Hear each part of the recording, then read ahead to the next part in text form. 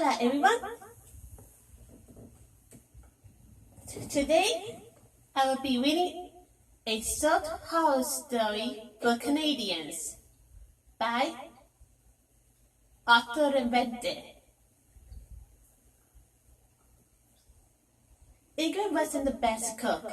He knew his scones were a acquired taste, but that didn't stop him from trying his best to cook for his family. Last week he had decided to make hamburgers from scratch for America. And though America complained that the meat was overcooked, the bun was too dense, and the patty was bland, he still had faults. This week, Igor had decided to make something for Canada. It was only slightly related to the fact that he had mistaken Canada for America 3 different times yesterday. And according to America, he had told him through peals of laughter. He had walked by original Canada twice that many times. So it was that Igor decided to make Canada some of his favorite dishes as an apology. America had volunteered to pick up the ingredients, muttering something about doing his best to save Canada from food poisoning. England had reluctantly thanked him for the frozen fries, mozzarella cheese, and squeezed bottle gravy. He had never seen squeezable gravy before, neither have I, but he was certain America knew more about how to make poutine than he did. He started by baking the chips. That least was something he considered himself to be good at.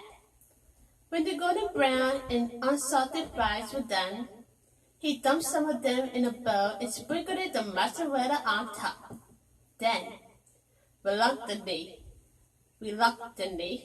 he reached for the squeeze bottle and squeezed the thick, gooey stream of gravy on top of the fries. He stopped. That didn't look right.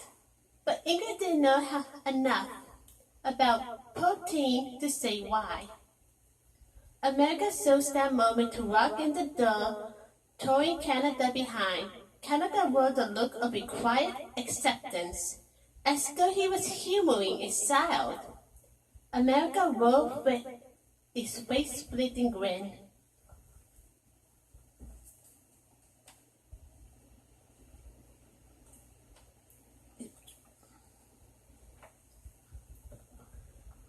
Yo, Iggy, it's done. Is it done?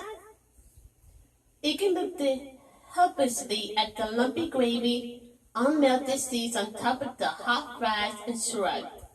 He had followed all the steps. Surely this was close enough. Great! America beamed, turning to Canada. Iggy made you a tweet. Iggy tried to look modest. It's poutine. Poutine? Canada seemed to light up, craning his head to see around America. Then instantly his face changed. Oh my. Then, without another word, Canada turned it flat. Egan's face fell. Did it look that bad? He had tried his best though. America turned into look and see why Canada ran off. And he too glanced upon the sight of the contents of the bowl. Dude, Iggy! The gravy is supposed to be hot. You know that, right? How is he supposed to know that? He hadn't been told. And besides, it came in a squeezed bottle. America wasn't waiting for a response. I'll go get Canada. You nuke that. And then he darted out the door after Canada. Nuke it? It certainly couldn't be so that bad that this needed a nuclear weapon to dispose of it. Outside, Egan could hear America's loud voice. Then the raised voice of Canada to match it. No! Do you want me to die? His heart sank. Father, if Canada was shouting, then he may as well just bomb the dish. America's voice was louder than Canada's, and England caught the tail end of it.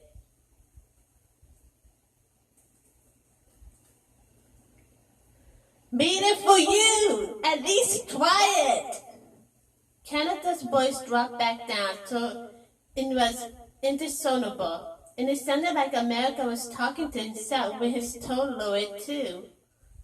Finally, America reappeared inside, throwing a rather pale-looking Canada and waving him to the table. Dude, what the hell?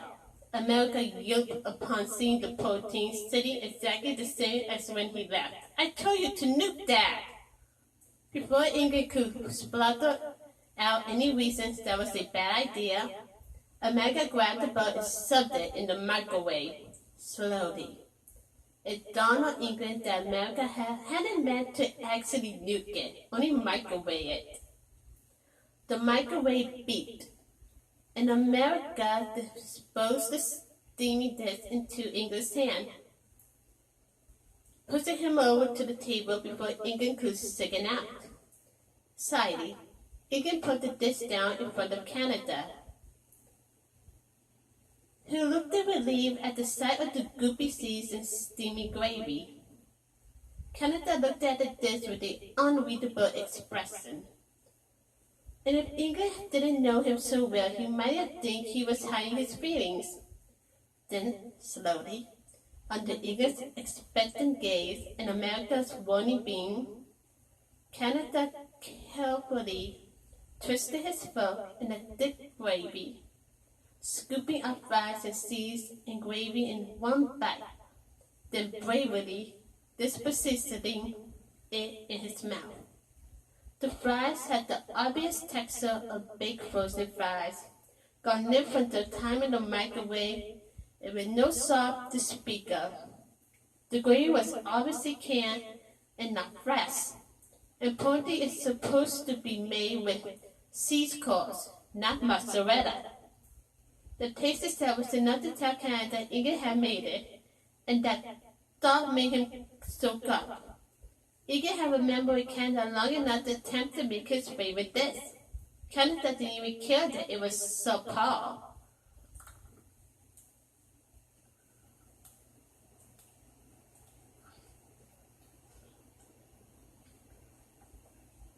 It's great, he soaked out, wiping a tear out of his eyes and meeting England's worried face with a beam that could almost match America's.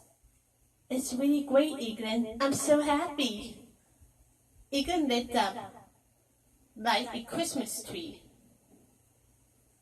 England lit up like a Christmas tree, his eyes shining and shoulder going back up confidently. America clapped him on the shoulders, but for once stayed silent. Canada took another bite of the non-quite right dish and smiled so hard it felt like his face was splitting. Maybe this is why America liked the English cooking so much. It's not the food itself, but the thought that counts. Canada thought that was the best protein he had ever had. The end.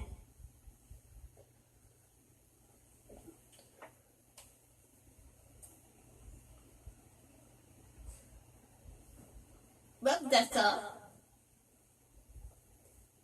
Thank you for watching.